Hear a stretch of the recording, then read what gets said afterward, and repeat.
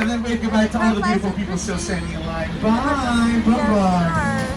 Wave goodbye to all the beautiful people still standing in line, and then wave goodbye to the rest of them too. They need love as well.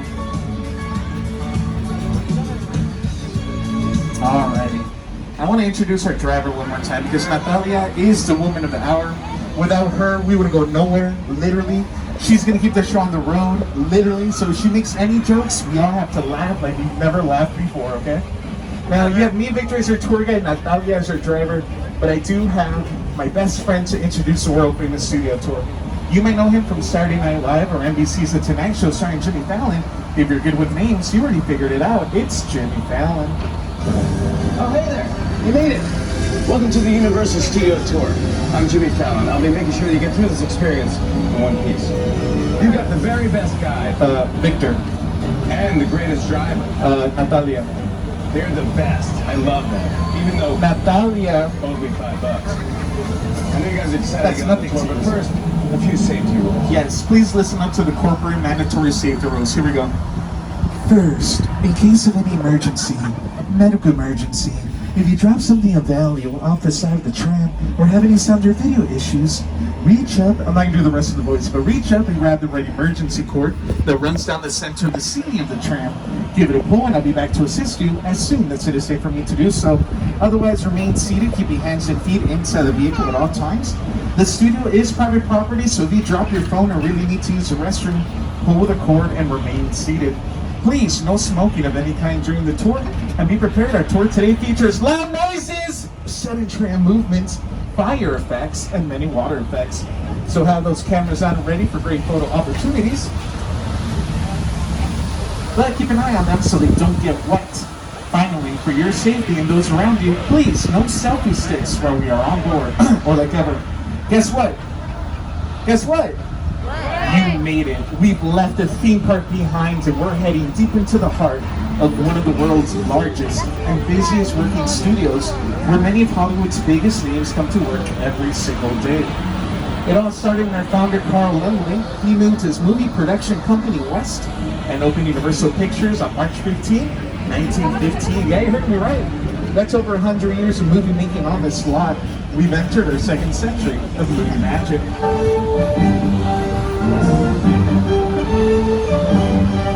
And it all started with an immigrant with a dream, Carl Laemmle. That's him in a bow tie, that's Uncle Carl.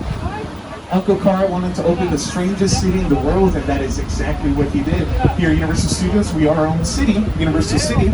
We have our own fire station, medical services, sheriff's substation. We even have our own zip code. How do you know we're a legit city? 3 Starbucks and 1 coffee bean. That's how you know we are a legit city. Now turn around and wave goodbye to the real world. Bye, real world, and welcome to the world of movie magic and movie making. The very first part of our tour is called the front lot. It gets its name because it's in the front of the lot. Sound stages, these giant warehouses, they're like giant warehouses where we can create any setting or environment that the script calls for. And they're about 98% soundproof, so they're perfect for filming. For example, down the street and around the corner, that's where we film the Kelly Clarkson Show. I am here on the back lot of Universal Studios to give some very special people the surprise of their lives. Stop this tram! This is the tram! Hooray! When I tell you that Natalia and I are still waiting for that to happen to us, right, Natalia? Yeah. Now these sound stages are awesome. They have a lot of history, ranging from thrillers like Psycho to Red Dragon, to comedies like Bruce Almighty and Fast Times at Ridgemont High, and classics like Dude, Where's My Car? Now inside of these sound stages, 16 and 17, that is where the infamous shower scene from Psycho was filmed. Ooh-wee, yeah, right in there. And right now we're using it for HBO's Hacks Season 2. That's prepping inside of these sound stages. Before Hacks, we had Saved by the Bell Season 2 with Mario Lopez. Yeah, that was his high school right in there. And then before it was a high school, it was a big box retail store from the show Superstore with America Ferrera, Ben Feldman, Mark McKinney, Laura Nash, Nico Santos, and Colton Dunn. America Ferrera was an executive producer, and we all know it's always good to have a Latina woman up in the ranks, am I right? If you haven't seen Superstore, take a look at your monitors.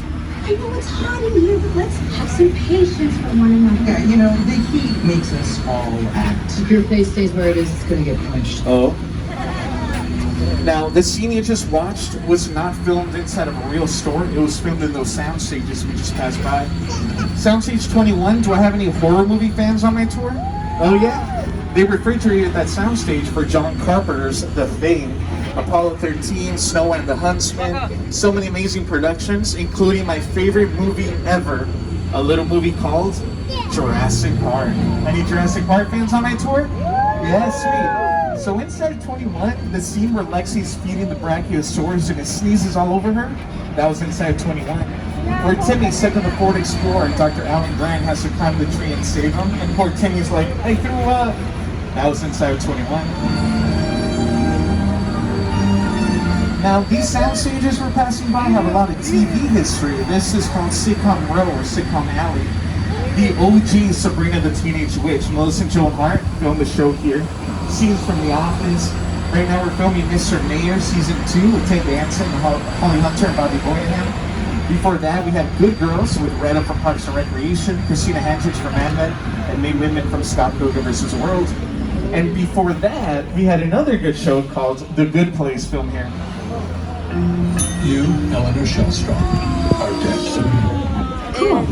Now we have the whole legacy of The Good Place, but before I talk about that, did you see Ted the Bear? So Ted represents Seth MacFarlane's production company. If you are a fan of Ted, guess what? Seth MacFarlane and his company are working on a show for the Peacock streaming service. It's supposed to be like a prequel to Ted, so you know how Ted came to be.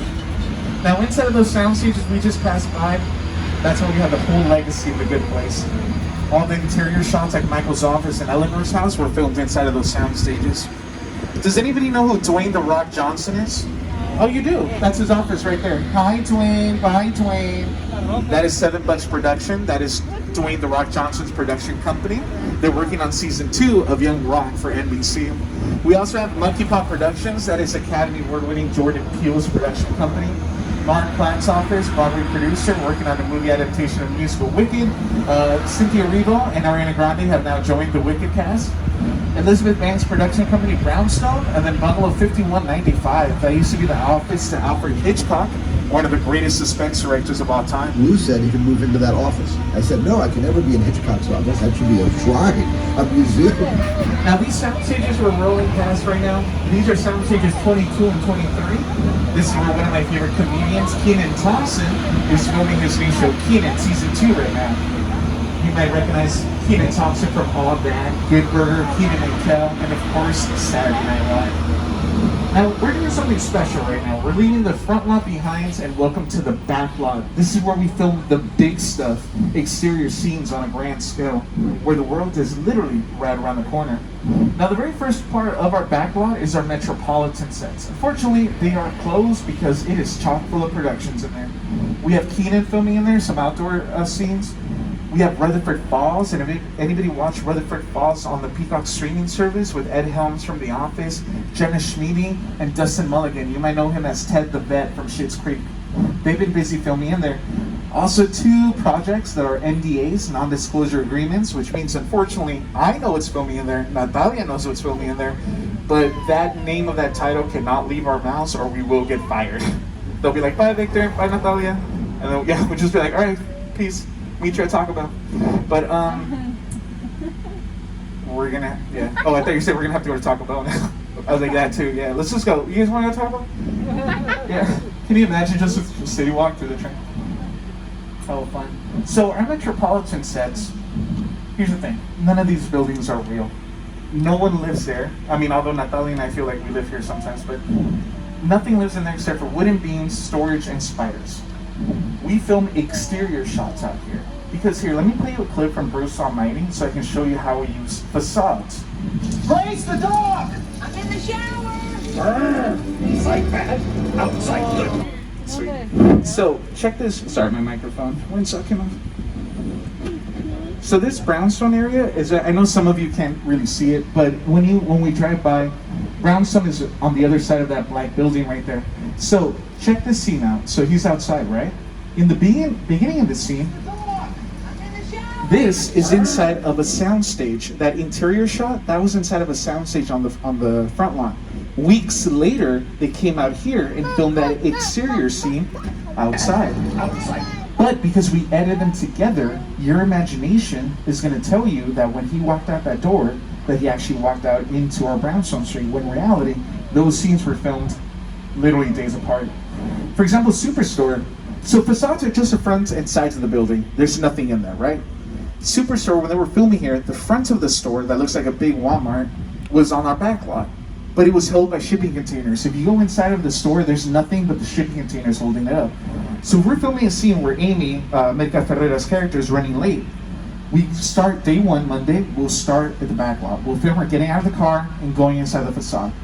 The next day, we'll go to the front lawn where they have that giant store. We're gonna film her running across the store to the break room to clock in, right? Except the break room is in a different soundstage.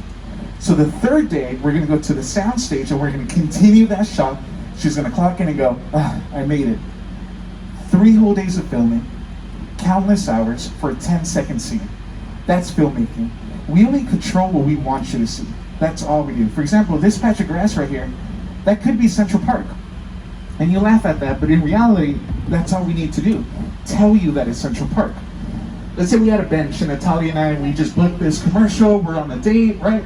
So we sit down on the bench, let's add some trees to cover up the soundstage. Let's add a little road and we'll have a background actor or an extra like running through, maybe jogging, one with a dog, maybe one on roller skates. As long as we control whatever is in our frame. So if you look at my monitor, anything outside of the frame, we don't have to control that because we are only focused on whatever is in our frame. So that being said, let's take a look at our Metropolitan Sets.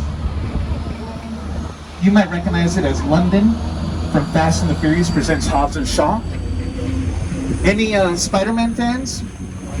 So my Spider-Man, Tobey Maguire, was out there for Spider-Man 2.